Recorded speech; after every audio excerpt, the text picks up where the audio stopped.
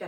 Hello दोस्तों, मैं राधा कुमारी आप सभी को अनुज जनरल स्टडी में स्वागत करती हूँ। दोस्तों, आज हम 5 जनवरी 2023 का यानी 5 जनवरी का महत्वपूर्ण जो इतिहास बनता है उसको आज हम फुल डिस्कशन करेंगे। दोस्तों, आप सभी वीडियो को पूरा देखिएगा। चलिए स्टार्ट करते हैं। सबसे पहला आज का हमारा है 5 जनवरी, जो हम डेली बना रहे हैं, यानी इतिहास के पन्नों से प्रत्येक डेज। आज 5 जनवरी है। 5 जनवरी का पहला देखिए दोस्त, एक हमारे व्यक्ति थे वरिंद्र कुमार घोष। वरिंद्र कुमार घोष एक उग्रवादी क्रांतिकारी व्यक्ति थे। ठीक है, इनके बारे में कहा जाता है कि वरिंद्र कुमार घोष का आज ही के दिन दोस्तों जन्म हुआ था। ठीक है, 5 जनवरी को। और दोस्तों 1907 में इनसे एक चीज याद रखना है, वरिंद्र कुमार घोष के इसलिए जिक्र किया क्योंकि इतिहास के पन्नों में इनको एक समिति है, अनुशीलन समिति। अनुशीलन समिति की गठन 1907 ईस्वी में कलकत्ता में यानी पश्चिम बंगाल के कोलकाता में इसका स्थापना किया गया था। और अनुशीलन समिति थी दोस्तों, इसका मुख्य उद्देश्य था खून के बदले खून। यह एक गुप्त संस्था थी। ठीक है, याद रखना है, यह एक गुप्त संस्था थी। ठीक है, अनुशीलन समिति।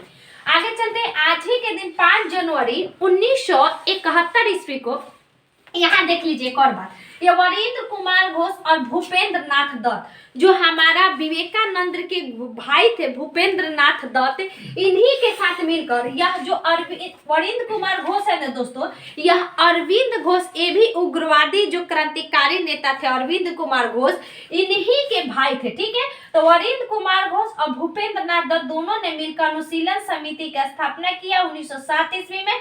इसका मुख्य उद्देश्य था खून के बदले खून। ठीक है, पूछता है कि किस समिति का उद्देश्य था। अगला है कि 5 जनवरी 1971 ईस्वी को 5 जनवरी 1971 ईस्वी को पहली बार ओडीआई, जिसको हम लोग वनडे मैच कहते हैं, पहली बार इंग्लैंड और ऑस्ट्रेलिया के बीच आज ही के दिन खेला गया था।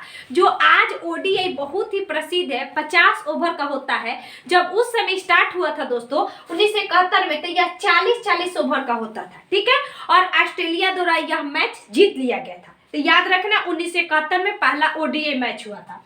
अगला है 5 जनवरी 1592 ईस्वी को, जो हमारा मुगल सम्राट शाहजहां है, यह जहांगीर के पुत्र थे, इन्हीं का जन्म आज के दिन हुआ था। ये आपको याद भी करना पड़ेगा कि 5 जनवरी 1592 ईस्वी को शाहजहां, जिसका उपनाम खुर्रम भी है, इसका जन्म हुआ था। जैसे कि बाबर के पुत्र हुमायूं के पुत्र आपका अकबर के पुत्र जहांगीर, और जहांगीर के पुत्र ये थे शाहजहां। ठीक है, यही शाहजहां के बारे में आज कुछ इनके मुख्य बिंदुओं को हम लोग फुल डिटेल देखेंगे। देखिए, जो शाहजहां थे, इनके बारे में कहा जाता है कि ये इनका जन्म 1592 में हुआ था। तो 1628 ईस्वी में यह सिंहासन पर बैठे। लगभग हमारा 92 में जन्म हुआ, यानी 8 साल यानी 36 वर्ष बाद यह सिंहासन पर बैठे।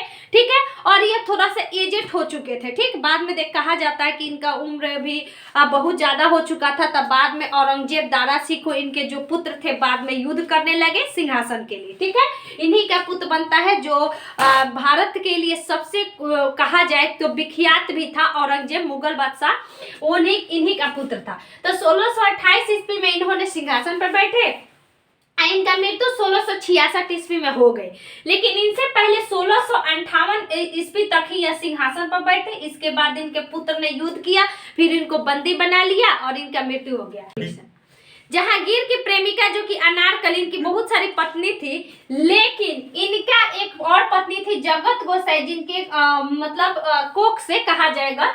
तो इनका पुत्र हुआ था शाहजहां, और शाहजहां का विवाह 1612 ईस्वी में दोस्तों अर्जुमंद बानो बेगम से शादी हुआ। किससे? अर्जुमंद बानो बेगम। इनको मरियम ए जमानी की उपाधि भी दिए थे। मरियम ए जमानी वो होती है जिनके जिनसे बच्चा होता था। ठीक है, जो सम्राट थे उनका। तो आसफ खां की पुत्री थी अर्जुमंद बानो बेगम, जिससे इनका शादी हुआ। 1631 ईस्वी में इनकी मृत्यु हो गई थी, और यह प्रसव पीड़ा के कारण आप जानते होंगे कि यही अर्जुमंद बानो बेगम के कहने पर ही शाहजहां ने ताजमहल का निर्माण आगरा में करवाया था। ठीक है, आगे देखिए, स्थापत्य कला का स्वर्ण युग कहा जाता है, जनक नहीं, स्थापत्य कला का स्वर्ण युग कहा जाता है। देखिए, इन्होंने क्या क्या निर्माण करवाया था। दिल्ली का लाल किला का निर्माण यही शाहजहां ने। वहीं आगरा का लाल किला पूछे दोस्तों तो अकबर ने। ठीक है, दिल्ली का लाल किला शाहजहां, दीवाने आम दीवाने खास, दीवाने आम दीवाने खास का निर्माण भी शाहजहां। इसके अलावा दिल्ली का जामा मस्जिद निर्माण इन्हें ने करवाया था। अगला है कि लाहौर का किला का निर्माण भी शाहजहां ने ही करवाया था।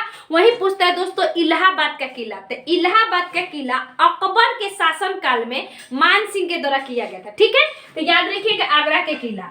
आगरा का मोती मस्जिद का निर्माण भी शाहजहां के द्वारा किया गया था। ठीक है, इसके अलावा मुख्यतः है ताजमहल, ताजमहल का निर्माण, साथ में मयूर सिंहासन।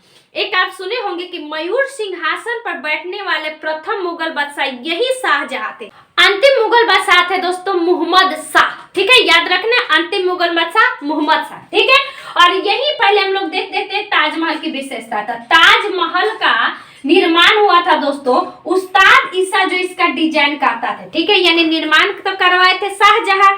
ठीक है, अर्जुमंद बानो बेगम के मतलब लिए। ठीक है, लेकिन इसका डिजाइन किया था उस्ताद ईसा ने, और इसका मुख्य स्थापत्य कलाकार थे उस्ताद अहमद लाहौरी। आप ताजमहल लिखिएगा, उसके नीचे लिखिएगा कि ताजमहल का निर्माण आगरा में, इसका निर्माण डिजाइन करता कौन थे, उस्ताद ईसा। उसके बाद लिखना है कि मुख्य स्थापत्य कलाकार थे उस्ताद अहमद लाहौरी। ठीक है, उसके बाद लिखना है शाहजहां ने इसका निर्माण किया है किसके याद में, जो नए बच्चे उनके लिए बता रहे हैं, अर्जुमंद बानो बेगम जो इनकी पत्नी थी। ठीक है, याद रखना है। आगे चलिए मयूर सिंहासन, जो हम मयूर सिंहासन बता रहे हैं, मयूर सिंहासन पर पहला बार बैठे थे। इसका पूछता है कि इसका डिजाइन करता कौन थे, तो ये थे दोस्तों बेबादल खां। कौन थे, मयूर सिंहासन का निर्माण बेबादल खां थे, और ये प्रथम में बैठे, बाद में मोहम्मद शाह बैठे, जो कि बाद में नादिर शाह आया, उसको लूट कर लेके चला गया ईरान में। ठीक है, तो दोस्तों आज का ये महत्वपूर्ण तथ्य था। आगे चलते, अगला है हमारा बाघ सादेव। एक ट्रिक हमने बताया था कि शाहजहां के पुत्र दारा सिको और औरंगजेब भी इन्हीं के पुत्र थे। इनके बीच जो लड़ा गया था मुख्यतः 4 युद्ध था। एक हम शॉर्ट ट्रिक्स दिए होंगे, बाघ सादेव, बाघ सादेव यानी औरंगजेब एक विख्यात था, कुख्यात आदमी था, विख्यात नहीं कुख्यात आदमी था, समझना है। तो बाघ भी कुख्यात है। ठीक है, यानी बहुत ही खतरनाक है। तो बाघ सादेव, बा से हो जाएगा बहादुरपुर का युद्ध, ध से धर्मट का युद्ध, सा से सामूगढ़ के युद्ध और दे से देवराय के युद्ध। यही 4 युद्ध होता है, जिसको युद्ध जीतने के बाद औरंगजेब दारा सिको को हरा देता है और फिर अंततः मुगल सम्राट का अगला बादशाह बन जाता है। ठीक है, याद रखना है बाघ सादेव। अगले याद रखना है कल्याण सिंह। देखिए कल्याण सिंह 5 जनवरी 1932 ईस्वी को आज ही के दिन इनका जन्म हुआ था। हालांकि अभी इन्हीं की हाल ही में मृत्यु हो गई थी 2022 में। तो कल्याण सिंह, बाबरी मस्जिद का निर्माण इन्हीं के समय हुआ था। यह यूपी के 2 बार मुख्यमंत्री बन चुके थे, इसलिए हम सोचे कि बता दें। कल्याण सिंह इनके मुख्यतः विख्यात इनके लिए बाबरी मस्जिद। बाबरी मस्जिद का निर्माण इन्हीं के समय में बहुत ही विवाद था, जो तोड़ा गया था इनके समय में। यूपी का 2 बार सीएम थे। और इसका पूछता है कि इसका डिजाइन करता कौन थे, तो मीर बाकी। यानी 3 हम डिजाइन करता देखे, यहाँ पे ताजमहल का डिजाइन करता मयूर सिंहासन का बेबादल खां, और फिर बाबरी मस्जिद का मीर बाकी। ठीक है दोस्त, अच्छा लगे तो प्लीज वीडियो को जरूर शेयर कीजिएगा, चैनल को भी सब्सक्राइब करिएगा। Thank you so much.